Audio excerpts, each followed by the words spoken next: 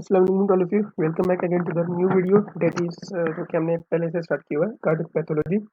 तो इससे पहले मैं एथेरोस्क्लेरोसिस करवा चुका हूँ और अब मायोकार्डियल इंफेक्शन की तरफ आते हैं। तो हो उम्मीद यही करूँगा कि मैं थोड़े से वक्त में बहुत ज़्यादा एक्सप्लेन कर दूँ इस वीडियो में मायोकार्डियल इंफेक्शन रिलेटेड। इसमें हम ईसीजी फाइंडिंग्स और क्लिनिकल फाइंडिंग्स भी देखेंगे कि हमने उनको किस तरह से जज करना है। ठीक है, तो सबसे पहले तो मैं आपको मायोकार्डियल इंफेक्शन से पहले तो एंजाइनास के बारे में बताता हूँ कि stable angina, unstable angina, Prinzmetal angina और मायोकार्डियल इंफेक्शन में अगर हम आए तो ट्रांसम्यूरल और सब एंडोकार्डियल मायोकार्डियल इंफेक्शन क्या होता है, इनको हम आराम से डिटेल के साथ करेंगे। तो सबसे पहले आ जाए तो एंजाइना। What is angina? ठीक है, एंजाइना बेसिकली चेस्ट डिस्कम्फर्ट होता है, मे बी पेन और नॉट। ठीक है, टाइटनेस होती है, rapid pain to the left arm specially. ठीक है, राइट वर्ड भी जाता है लेकिन जो स्पेशली रैपिड पेन होता है वो लेफ्ट आर्म पे भी जाता है। तो आपने यहाँ पर सिर्फ 2 पॉइंट याद रखनी है कि चेस्ट डिस्कम्फर्ट होता है, वो पेन हो या ना हो। ठीक है, मे बी पेन और नॉट। ठीक है, चेस्ट टाइटनेस आपको फील होती है।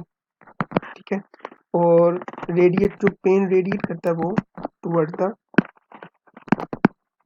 लेफ्ट आर्म भी करता है। तो ये एंजाइना के कुछ सिंपल से पॉइंट्स हैं। ठीक है, अब इसकी कैटेगरीज में आ रहे तो कैटेगरीज में है, सबसे पहले हम करेंगे स्टेबल एंजाइना, जो कि क्लासिकल एंजाइना भी हम इसको कहते हैं। तो है स्टेबल एंजाइना, इसको हम आल्सो कॉल्ड क्लासिकल एंजाइना भी कहते हैं। ठीक है, इसमें होता क्या है, पेन डल होता है। ठीक है, डिफ्यूज होता है, only felt on the area of radiation. बस आपको ये आपके हार्ट वाले हिस्से में फील होता है, रेडिएट नहीं करता टुवर्ड द लेफ्ट आर्म। ठीक है ना, तो सबसे पहले तो अपने याद रखना है कि it is a dull pain. ठीक है, डिफ्यूज होता है, रेडिएट सराउंडिंग, जो उसका जो एरिया है हार्ट का, आपका चेस्ट है, उसकी तरफ ही सिर्फ ये रेडिएट करता है, लेफ्ट आर्म की तरफ नहीं जाता। ठीक है, तो सराउंडिंग में ही होता है।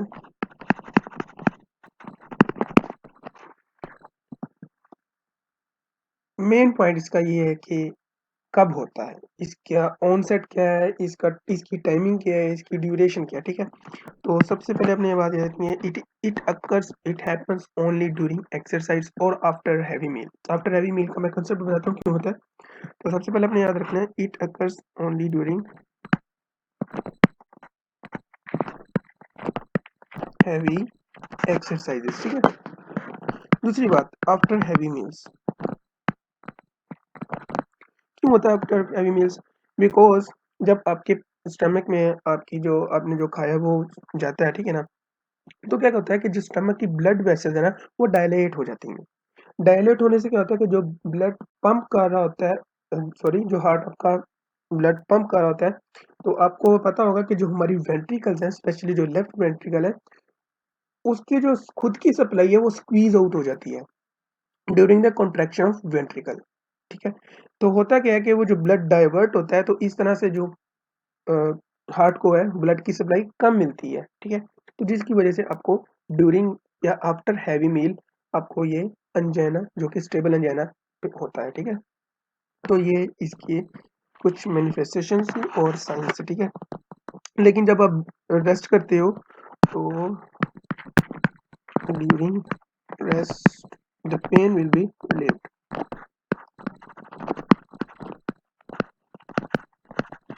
ठीक है, तो इसको हम ट्रीट कैसे कर सकते हैं? ट्रीटमेंट भी मैं थोड़ा-सा करवाऊँगा, लेकिन ये बेसिकली पैथो है, तो मैं इसको इंटरनल मेडिसिन की तरफ लेके नहीं जा रहा, मेडिसिन की तरफ लेके नहीं जा रहा कि एक मेडिसिन में होता है ना कि पैथो, फिजियो और फार्माकोलॉजी सबका कॉम्बिनेशन होता है, लेकिन मैं फिर भी चलो करवा रहा हूँ थोड़ा-थोड़ा सा।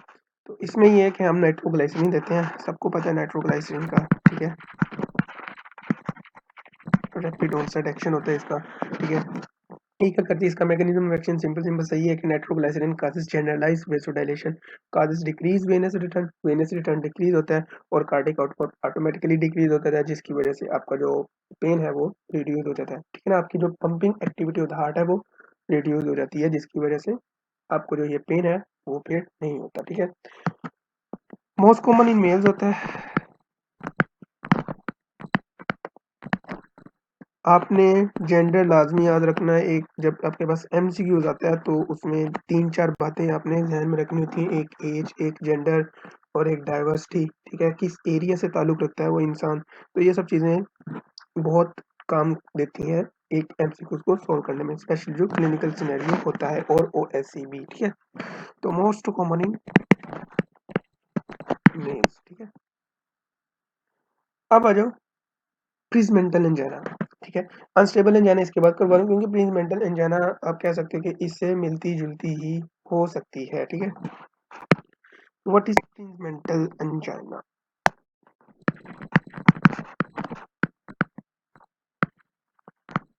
मेंटल एंजाइना ये बेसिकली सीवियर वेसोस्पैज़म होता है, ठीक है? वेसोस्पैज़म होता है, आपकी जो वेन जो आपका ब्लड वेसल है वो स्पैज़म हो जाती है, ठीक है ना? तो इसमें होता क्या है कि जब ब्लड वेसल स्पैज़म हो जाती है, बस ज़ाहिर बात है कंस्ट्रिक्ट हो गई है तो ब्लड सप्लाई जो है वो रिस्ट्रिक्ट हो जाती है टुवर्ड द एरिया ऑफ आगे जो भी एरिया होगा, ठीक है? तो वो एरिया को फिर ऑक्सीजन नहीं मिलेगी तो आपको पेन फील होगा। तो इसमें जो मेन पॉइंट्स हैं वो आपने याद रखने हैं कि मोस्ट कॉमन इन फीमेल्स, ठीक है? दूसरी बात, इसका जो ट्रीटमेंट है वो ईदर हम नाइट्रोग्लिसरीन यूज़ करते हैं, ठीक है? और कैल्शियम चैनल ब्लॉकर यूज़ करते हैं। Nitroglycerine and calcium channel blockers. एक बात आपने याद रखनी है, beta blockers are totally contraindicated in those patients, ठीक है? अगर मैं इनको मैकेनिज्म करवाने चला जाऊँ तो एक बहुत डीप में जाना पड़ेगा, लेकिन हम इसको फार्मा में ज़रूर कवर करेंगे कि बीटा ब्लॉकर्स कॉन्ट्रा इंडिकेटेड क्यों होते हैं, ठीक है? अब आ जाओ अनस्टेबल एंजाइना, ठीक है? तो what is unstable angina? Unstable angina को मैं यहीं पर लिख देता हूँ।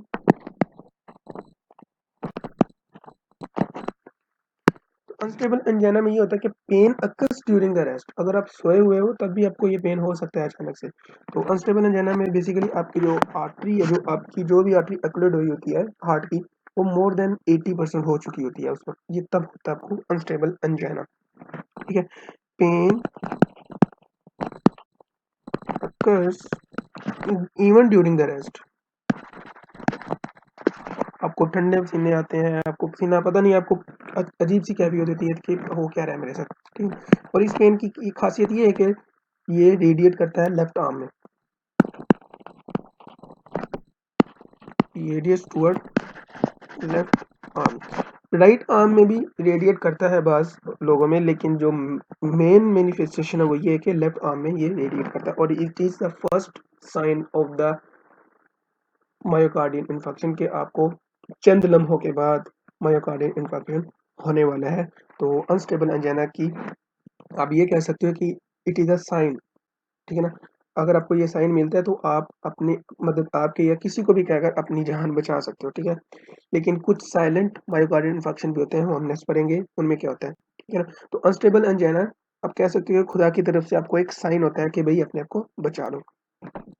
अब इस पेन को हम रिलीव कैसे करते हैं? इसका ट्रीटमेंट ये है कि हम नाइट्रोग्लिसरीन देते हैं,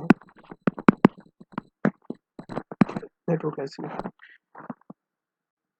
अब अनस्टेबल एंजाइना में होता ये है कि बेसिकली इसमें आपका जो मायोकार्डियल इन्फेक्शन अभी स्टार्ट नहीं होता तो इसमें आपके सेल जो हैं वो नेक्रोटिक नहीं होते, ठीक है ना? तो आपके सेल जो हैं उनकी नेक्रोसिस नहीं हुई होती। Cell don't start necrosis. Necrosis हमेशा स्टार्ट होती है after the onset of 20 to 30 early 20 to 30 minutes. अगर आपने उस पेशेंट को 20 टू 30 मिनट्स में ट्रीटमेंट दे दिया है, रिपर्फ्यूज़ कर दिया है, तो वो इंसान बच तो बाद में भी जाएगा, लेकिन ये है कि आप उसके सेल्स जो हैं वो उनको बचा लोगे। और अगर इससे ज़्यादा लेट होगी तो वो जो है आपका मायोकार्डियल इन्फेक्शन है वो ट्रांसम्यूरल मायोकार्डियल इन्फेक्शन में चेंज हो जाएगा, ठीक है? अब आ जाओ हमारा जो मेन पॉइंट है वो है मायोकार्डियल इन्फेक्शन, ठीक है? तो व्हाट इज़ मायोकार्डियल इन्फेक्शन? तो मायोकार्डियल इन्फेक्शन की तो आपको पता चल गया कि इसकी कुछ कई वजूहात हो सकती हैं, एक्सटर्नल भी हो सकती हैं, इंटरनल भी हो सकती हैं। तो मायोकार्डियल इन्फेक्शन को हम सिर्फ़ और सिर्फ़ 2 कैटेगरीज़ में देखेंगे। एक तो है सब एंडोकार्डियल मायोकार्डियल इन्फेक्शन और एक है ट्रांसम्यूरल, ठीक है? तो मायोकार्डियल इन्फेक्शन जो है वो है सब एंडोकार्डियल, इसमें ये होता है कि आपका जो वेंट्रिकल है वो एंटायर थिकनेस डैमेज नहीं होती, सिर्फ उसका पार्ट डैमेज होता है। लेकिन ट्रांसम्यूरल में होता ये है कि आपकी एंटायर थिकनेस डैमेज हो जाती है। अगर मैं इसको डायग्राम के साथ लिंक करूं तो for example this is a part of your ventricle, तो इसमें होता ये है कि आपको सिर्फ ये वाला हिस्सा जो है ये डैमेज हो गया, इसको हम सब एंडोकार्डियल कहते हैं, ठीक है। और अगर मैं बात करूँ ट्रांसम्यूरल की, तो ट्रांसम्यूरल में होता ये है कि this will damage your entire thickness of the ventricle whatever this will be right और लेफ्ट, ठीक है।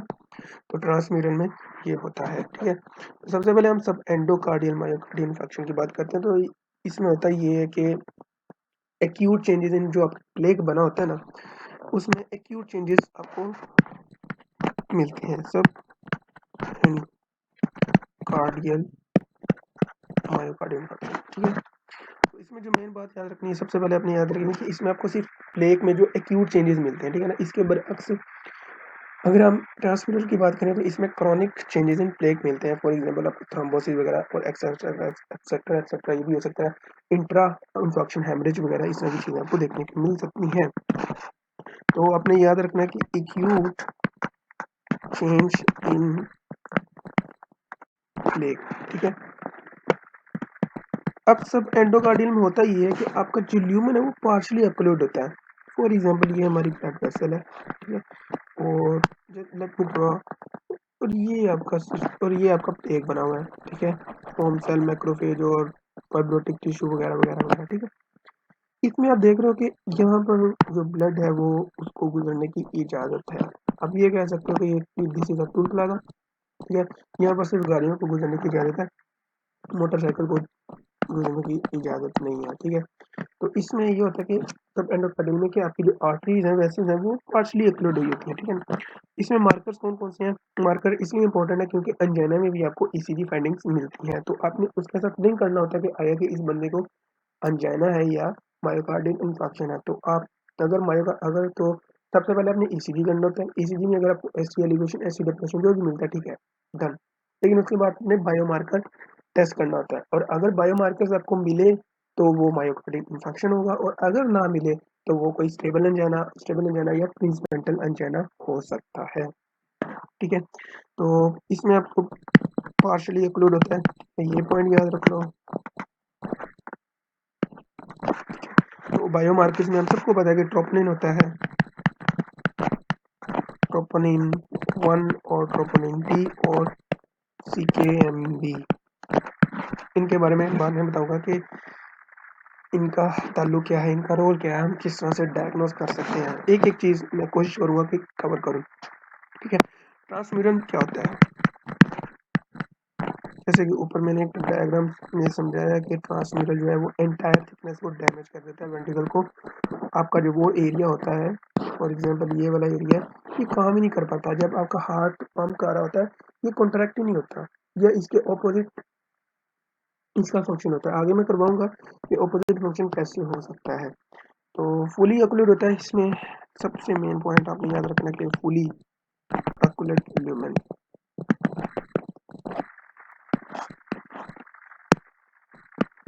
वो फुली अक्लूड ल्यूमेन आपके प्लेग एग्रेसिवनेस की वजह से भी हो सकता है, या इस तरह से भी हो सकता है कि प्लेग के ऊपर थ्रोम्बस बन चुका है और वो थ्रोम्बस अपनी जगह से हिल नहीं रहा, ठीक है। हिलेगा भी तब भी मसला, ना हिले तब भी मसला। हिलेगा तो आगे ल्यूमेन में जाके किसी और आर्टरी को ब्लॉक कर देगा, वो ज़्यादा खतरा तो तब भी है, ठीक है। तो इसमें आप देख रहे हो कि ल्यूमेन जो है वो फुली अक्लूडेड है, जिसकी वजह से आपके टिश्यूज को है वो जो ब्लड है वो नहीं मिलता, ठीक है।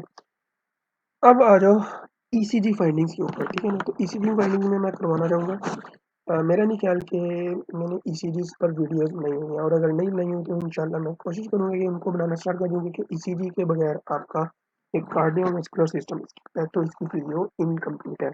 तो होप कि मैं बनाऊँगा उन पर, लेकिन उससे पहले पहले बेसिक्स हम कर लेते हैं, इनकी मैनिफेस्टेशन कर लेते हैं कि ईसीजी में हमें क्या चेंजेस देखने को मिलते हैं। तो सबसे पहले तो आप सबको नॉर्मल ईसीजी का तो पता ही होगा, ठीक है। दिस इज पी वेव और दिस इज P वेव और this is R wave long and this is S wave, ठीक है। और दिस वन हम इसको जो स्ट्रेट लाइन होती है इसको हम आइसोइलेक्ट्रिक लाइन कहते हैं, ठीक है ना। तो वैसे मैंने ड्रा की है बताने के लिए। और ये टी वेव, ठीक है। तो P wave, Q wave, R wave, S wave और टी वेव, ठीक है। तो अब आपको बताता चलूँ कि क्यू आर एस कम्प्लेक्स है ये 18 डिफरेंट होते हैं, ठीक है। तो जब हम ईसीजी करेंगे उसके मैं बताऊंगा कि what are the pattern of different Q R S complex, जो टोटल 18 होते हैं, ठीक है। होता क्या है, सबसे पहले तो हम बात करते हैं कि सब एंडोमायोकार्डियल इंफार्क्शन में क्या होता है, ठीक है। Let me draw a diagram. एक साइड पे मैं सब एंडोकार्डियल समझाऊंगा, ठीक है, सब एंडोमायोकार्डियल इंफार्क्शन, और एक साइड पे मैं ट्रांसम्यूरल मायोकार्डियल इंफार्क्शन डायग्राम से, ठीक है। अगर आपने ईसीजी की हुई है तो वेल एंड गुड, आपको समझ आएगी अच्छे से, लेकिन अगर नहीं की हुई तो इंशाल्लाह जब मैं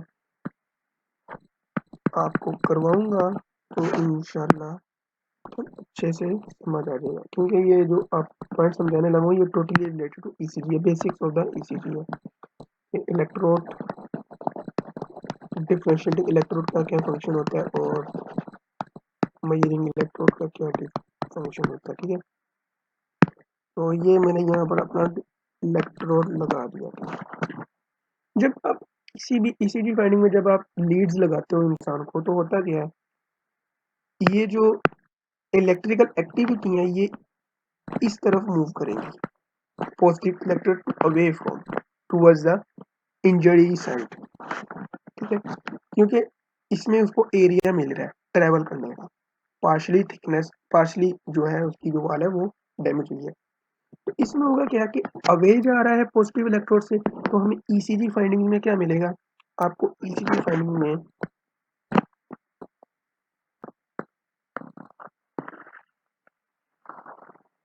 आपको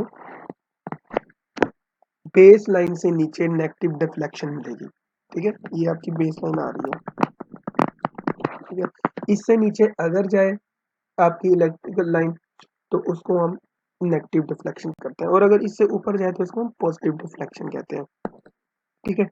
तो this is called ST depression. ये हमें देखने को मिलता है किसमें, सब एंडोमायोकार्डियल इंफार्क्शन। अब आ जाओ ट्रांसम्यूरल में क्या होता है। देखो ट्रांसम्यूरल में इंटायर थिकनेस है वो डैमेज हो रही है, ठीक है। जब इलेक्ट्रिकल एक्टिविटी आएंगी वो क्या करेंगी, वो इनको इस तरफ मूव करेंगी। तो अब देख सकते हो कि इन जो एरोज है इनका जो फेस है वो एग्जैक्टली टुवर्ड्स द नहीं है, इस तरह नहीं है, ठीक है। लेकिन में सम हो इनका जो डायरेक्शन है वो टुवर्ड द पॉजिटिव इलेक्ट्रोड है। तो क्या होगा, ये टुवर्ड्स द पॉजिटिव इलेक्ट्रोड है तो हमें यहाँ पर एस टी एलिवेशन देखने को मिलेगी अबव द बेस लाइन।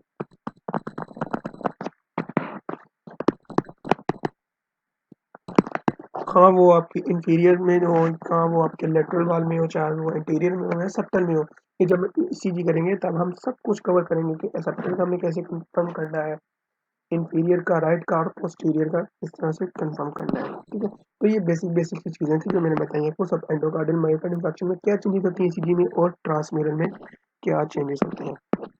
अब मेन पॉइंट्स ये कि व्हाट इज स्टेबल एंजाइना, जो कि मैं बता चुका हूँ, लेकिन इसकी क्लिनिकल फाइंडिंग जो कि ईसीजी से हमने पता करवानी है वो नहीं करवाया हमने। प्रिंस मेटल एंजाइना, ठीक है, अनस्टेबल एंजाइना, ठीक है, सब endocardial myocardial infarction, transmural myocardial infarction, क्या क्या चेंजेस होती हैं अब हमने इसको डिस्कस करना है ईसीजी फाइंडिंग्स में। स्टेबल एंजाइना में आपको एसटी डिप्रेशन देखने को मिलेगा, ऐसा ही लिख दिया मैंने, एसटी है, ठीक है। उसके बाद प्रिंस मेटल में आपको एसटी एलिवेशन देखने को मिलेगा, अनस्टेबल में आपको फिर से एसटी डिप्रेशन देखने को मिलेगा, ठीक है। सब एंडोकार्डियल में आपको फिर से एसटी डिप्रेशन देखने को मिलेगा, ठीक है, और इसमें आपको एलिवेशन देखने को मिलेगा ट्रांसमीटर में। अब आप देख रहे हो कि यार स्टेबल में भी हमें अगर ईसीजी करेंगे तो डिप्रेशन देखने को मिलेगा, ठीक है। पर अगर हमें नहीं पता कि आया कि वो बंदा स्टेबल एंजाइना का है या वो बंदा अनस्टेबल एंजाइना का है या वो बंदा सब एंडोमायोकार्डियल इन्फेक्शन का पेशेंट है, ठीक है ना, इन तीनों में आप देख रहे हो कि एसटी डिप्रेशन है, ठीक है। तो आपने पता कैसे करना है कि इस बंदे को हार्ट अटैक हुआ है या नहीं, या इस बंदे को अभी स्टेबल एंजाइना ही है। तो आपने सबसे पहले, जब कभी भी आपके पास इस तरह का पेशेंट आता है, तो आपने सबसे पहले तो ईसीजी करना होता है उसकी, ठीक है। ईसीजी कर ली, ठीक है, उसमें फाइंडिंग आ गई एसटी डिप्रेशन। अगर तो उस बंदे को मायोकार्डियल इंफेक्शन हो चुका हुआ ना, फॉर एग्जांपल, अब ट्रांसम्यूरल तो नहीं हो सकता क्योंकि इसमें तो हमें एसटी एलिवेशन देखने को मिलेगा, स्टेबल सब एंडोकार्डियल मायोकार्डियल इंफेक्शन हम इस बंदे को हुआ है, तो होगा कि troponin level within 2 to 4 hours rise हो जाएंगे, ठीक है ना, सीके एमबीबी राइज हो जाएगा। तो आप जब ब्लड टेस्ट करोगे तो आपको ट्रोपोनिन लेवल जो है वो राइज मिलेगा, तो आप कंफर्म कर लोगे कि yes this is a case of सब एंडोमायोकार्डियल इंफेक्शन, नॉट स्टेबल एंजाइना और इधर अनस्टेबल एंजाइना, ठीक है। तो इससे आपको पता लग जाएगा, ठीक है। अगर तो आपको कोई मार्कर नहीं मिल रहा, ठीक है, तो फिर आपको ये सब लगेगा कि this is a case of only stable angina और अनस्टेबल एंजाइना। फिर डॉक्टर्स ये करते हैं कि उसकी एंजियोग्राफी करते हैं, एंजियोग्राफी में देखते हैं कि अगर तो पार्शली ओक्लूड होता है तो वो स्टेबल एंजाइना होता है, और अगर वो क्या कहते हैं फुली ओक्लूड हो तो वो अनस्टेबल एंजाइना होता है, और उसी वक्त फिर उस बंदे को स्टंट वगैरह डाल दिया जाता है, क्योंकि unstable angina is the first sign of coming myocardial infection, ठीक है। तो यहाँ पर कुछ और किस काइंड के एंजाइना हैं उनके बारे में बताना चाहता हूँ कि व्हाट आर दोस, ठीक है। तो this is first one is decubitus angina, और हम इसको नक्टुरनल एंजाइना भी कहते हैं। व्हाट इज डिक्यूबिटस एंजाइना, और इसको हम नॉक्टुरनल एंजाइना भी कहते हैं। वैक्सीन नॉक्टुरनल एंजाइना से आपको समझ आना चाहिए कि ये किस किस्म का एंजाइना है, both are types of stable angina, ठीक है, डिक्यूबिटस भी और नॉक्टुरनल भी, ठीक है ना, ये स्टेबल एंजाइना की टाइप्स हैं, सब डिवीजन आप कह सकते हो एंजाइना, ठीक है। डिक्यूबिटिस में क्या होता है, डिक्यूबिटिस में ये होता है कि पेशेंट में जो पेन है वो उसकी, आपने ऑर्थोस्टैटिक हाइपरटेंशन का तो पता ही होगा, हाइपोटेंशन वगैरह का तो पता ही होगा, ठीक है ना, बंदा बैठता है चक्कर आ जाते हैं, बंदा खड़ा होता है तब भी चक्कर आ जाते हैं, ठीक है ना, बहुत से लोगों को नहीं होता ये ऑर्थोस्टैटिक हाइपरटेंशन, ठीक है। तो डिक्यूबिटिस एंजाइना में क्या होता है कि अगर बंदा बैठा हुआ है, खड़ा हुआ है, तो उसको पेन फील होगा, ठीक है, और अगर वो खड़ा हुआ है, लेटा है या लेट गया या बैठ गया, उसको तब पेन ये फील होगा, तो this is called decubitus angina, ठीक है ना, ये स्टेबल एंजाइना की एक कंडीशन है। जब आप बैठते हो, ऊपर नीचे होते हो, तो basically it is a kind of some of exercising work, ठीक है, तो इसमें आपको थोड़ा सा पेन फील होगा, तो ये डिक्यूबिटस एंजाइना है जो कि स्टेबल एंजाइना की टाइप है। तो और हमने स्टेबल एंजाइना में ये भी पढ़ा था कि स्टेबल एंजाइना में आपको जो पेन है वो ड्यूरिंग द एक्सरसाइज ही होता है। उसके बाद आ जाओ तो नॉक्टुरनल में क्या होता है, नॉक्टुरनल में ये होता है कि patient wake up with a chest pain. मुझे ये समझ नहीं आई कि रात को अगर ड्यूरिंग द रेस्ट अगर चेस्ट पेन में हो रहा है तो why this class is not under the division of unstable angina, लेकिन बुक्स में जो लिखा है वही मैं करवा रहा हूँ, ठीक है। लेकिन बुक्स में एक चीज बताई हुई है कि this is why this is under the stable angina, वो ये कि अगर कोई बंदा बुरा ख्वाब देखता है रात को, ठीक है, बैड नाइटमेयर,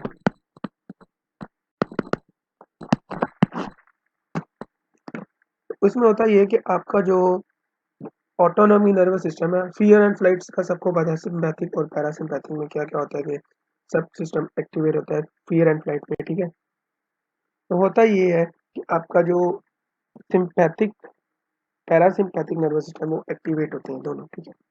तो उसमें एसिटाइलकोलिन जो है वो ज़्यादा रिलीज़ होता है, ज़्यादा रिलीज़ होगा, pre synaptic and platelet release होगा, ज़ाहिर बात है पोस्ट सिनैप्टिक पर भी एसिटाइलकोलिन होगा, तो या एड्रेनालिन होगा, अगर हम सिम्पैथी की बात करें तो एड्रेनालिन होगा। तो हमें एड्रेनालिन का फ़ंक्शन पता है, क्या होता है? हमें पता है कि वो हार्ट बीट को तेज़ करता है। एसिटाइलकोलिन ज़्यादा होगा, तो पोस्ट सिनैप्टिक पर एड्रेनालिन नॉरएड्रेनालिन ज़्यादा होगा, तो वो क्या कर देंगे, वो अपने हार्ट की बीट को तेज़ कर देंगे। तो ये पार्शियली स्टेबल में तो हमें पता था कि वो जो ल्यूमेन है वो पार्शियली ऑक्लूड हुआ है, ठीक है? और जब हार्ट रेट तेज़ हो जाएगा तो ज़ाहिर बात है आपका वर्कआउट है वो भी तेज़ हो जाएगा हार्ट का, तो जिसकी वजह से आपको ये ज़्यादा पेन फ़ील होगा ड्यूरिंग द नाइट में। और आपको ये बताता चलूँ कि इन मॉर्निंग सबसे ज़्यादा myocardial infarction in the morning होते हैं। ये टाइम डिसाइड करता है 6 से लेकर 11 बजे तक, ठीक है? तो 85% ऑफ द जो मायोकार्डियल इन्फार्क्शन है वो इस टाइम ऑफ ड्यूरेशन के दौरान इंसानों को हुए होते हैं। क्यों? क्योंकि जब आप सुबह उठते हो तो आपका जो सिस्टम है, ऑटोनॉमिक नर्वस सिस्टम है, वो एकदम से एक्टिव होता है, ठीक है? सिम्पैथिक सिस्टम। तो साइलेंट मायोकार्डियल इन्फार्क्शन क्या होता है? जो आपको मैंने बताया कि अनस्टेबल एंजाइना जिनको होता है, दे आर ब्लेस्ड वन। तकलीफ होती है, ठीक है, लेकिन दे आर ब्लेस्ड वन क्योंकि उनको पता लग जाता है कि भाई चंद ही लम्हों में हमें मायोकार्डियल इन्फार्क्शन होता है। लेकिन कुछ बदकिस्मत लोग भी होते हैं जिनको नहीं पता लगता। वो कौन से हैं? आउट ऑफ 100 मायोकार्डियल इन्फार्क्शन 20% जो है myocardial infarction are of myocardial silent myocardial infarction case, ठीक है? ये कौन होते हैं? ये ओल्ड एज पीपल्स होते हैं, ठीक है? Okay, especially in patients who have diabetes mellitus। आपको पता है कि डायबिटीज मेलिटस जिसको होता है उसको डायबिटिक न्यूरोपैथी होती है। जब न्यूरोपैथी की बात, हमारी पेन को कंडक्ट करने वाली चीजें ही नर्व्स हैं। जब आपकी नर्व्स ही डैमेज होगी तो वो पेन को कंडक्ट नहीं कर पाएंगी, आपको पता ही नहीं चलेगा कि मुझे पेन हो रहा है। तो डायबिटीज मेलिटस में जिनको डायबिटिक न्यूरोपैथी हो जाती है तो उनमें हमें ये देखने को मिलता है कि उनको साइलेंट मायोकार्डियल इंफार्क्शन था। अब ट्रीटमेंट की तरफ आ जाओ, मायोकार्डियल इंफार्क्शन का ट्रीटमेंट क्या कर सकते हैं? तो इसमें जो 3 पॉसिबल ट्रीटमेंट है वो ये है कि अगर तो हमने डिसॉल्व करना है ओनली थ्रोम्बस जो बन चुका है ऊपर, तो एक हम थ्रोम्बोलाइटिक इंजेक्शन देते हैं, स्ट्रेप्टोकाइनेज आपने सबने सुना होगा, थ्रोम्बोलाइटिक इंजेक्शंस। ये क्या करता है? ये ओनली डिसॉल्व करता है थ्रोम्बस को, जो प्लेग के ऊपर थ्रोम्बस बन चुका होता है ना उसको सिर्फ डिसॉल्व करता है, उस प्लेग को दबा नहीं देता। तो इसमें मोस्ट कॉमन एग्जांपल आप कह सकते हो स्ट्रेप्टोकाइनेज जो है, this is we use any of time. उसके बाद आ जाओ तो कोरोनरी एंजियोग्राफी और एंजियोप्लास्टी।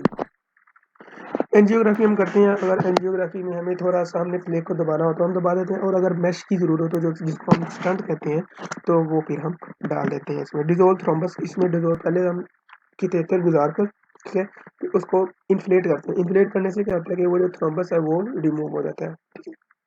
और फिर हम उस को क्या कहते हैं, बलून को, जो कि स्टंट में बलून होता है, मैश जाली होती है बेसिकली, वो मैश जाली वर्क होता है, तो उसको फिर हम इन्फ्लेट कर देते हैं जिसकी वजह से वो आपका प्लेग है वो रिड्यूस हो जाता है। तीसरे में आपको अगर बात करो तो this is coronary artery bypass graft. Simple अल्फाज में आपने अपने बड़ों से सुना है कि उसके दिल का ऑपरेशन हुआ है, बाईपास सर्जरी हुई है, तो this is the coronary artery bypass graft. इसमें होता है ये कि हम आपकी जो लोअर लिम्ब है उधर से कोई वेन उठाते हैं, ठीक है, स्पेशली वेस्पिनस वेन वगैरह वगैरह, ठीक है ना? तो वो जो हम हार्ट का, फॉर एग्जांपल ये हमारा हार्ट है और ये हमारी कोई आर्टरी एक्लूड हुई है यहाँ पर, ठीक है, एरिया पर हम क्या करते हैं कि हम वेन उठाते हैं, कोई भी आर्टरी वगैरह कुछ भी हमें जो पॉसिबल हो, यहाँ से हम उसको कनेक्ट करते हैं और इस डैमेज एरिया के बिल्कुल आगे उसको जोड़ देते हैं। This is called coronary artery bypass graft. तो इसमें जो है इस ऑपरेशन में फिर हम ये करते हैं। होप कि आपको ये समझ आ गई होगी कि what are the myocardial infection. क्योंकि वीडियो आधे घंटे की हो चुकी है, इसका मैं सेकंड पार्ट इंशाल्लाह लाज़मी बनाऊँगा, ज़रूर बनाऊँगा। उसमें हम देखेंगे कि पोस्ट चेंजेस क्या होती हैं जब बंदे को मायोकार्डियल इन्फेक्शन हो जाता है, बंदा सर्वाइव कर जाता है, तो उसमें क्या हो सकता है, हो जाता है बंदे को। तो रीपर्फ्यूजन, आप ये कह सकते हो कॉम्प्लिकेशंस आफ्टर रीपर्फ्यूजन। रीपर्फ्यूजन से बड़ा कि हमने बंदे को बचा लिया, हमने उसको ऑक्सीजन दे दी, उसकी एंजियोप्लास्टी कर दी, उसको बाईपास कर दिया, ब्ला ब्ला। उसके बाद की कॉम्प्लिकेशंस क्या है, वो इंशाल्लाह मैं नेक्स्ट वीडियो में आपको बता दूँगा। तब तक के लिए मुझे दीजिए इजाज़त। दुआ में हमेशा याद रखें। अल्लाह हाफ़िज़।